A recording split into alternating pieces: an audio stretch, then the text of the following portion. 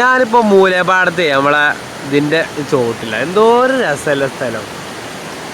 ഇത് ചേരാണെന്ന് തോന്നുന്നു അല്ലേ, ആ ചൊറിയണ മരം. എന്താണെങ്കിലും ഇവിടെ കുത്തിരിക്കാൻ നല്ല രസമുണ്ട്.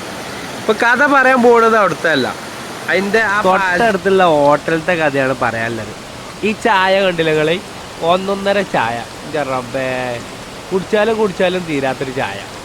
ഈ ചായയും അതേമാതിരി ഈ ഹോട്ടലിൻ്റെ ഒരു പ്രത്യേകത നോക്കി എവിടെ നോക്കിയാലും കലാപരമായിട്ടുള്ള ഒരു ഹോട്ടൽ. ഈ നമ്മളവിടുത്തെ കാക്കിയാണല്ലോ അതിൻ്റെ കലാകാരൻ. എന്തായാലും നല്ല രസമുണ്ട്. അങ്ങോട്ട് നോക്കിയാലും ഇങ്ങോട്ട് നോക്കിയാലും എവിടെ നോക്കിയാലും കലാപരമായിട്ടുള്ള കഴിവുകളെ നമുക്ക് ഇങ്ങനെ തെളിയിച്ച് കാട്ടി തന്നിട്ടുണ്ട്.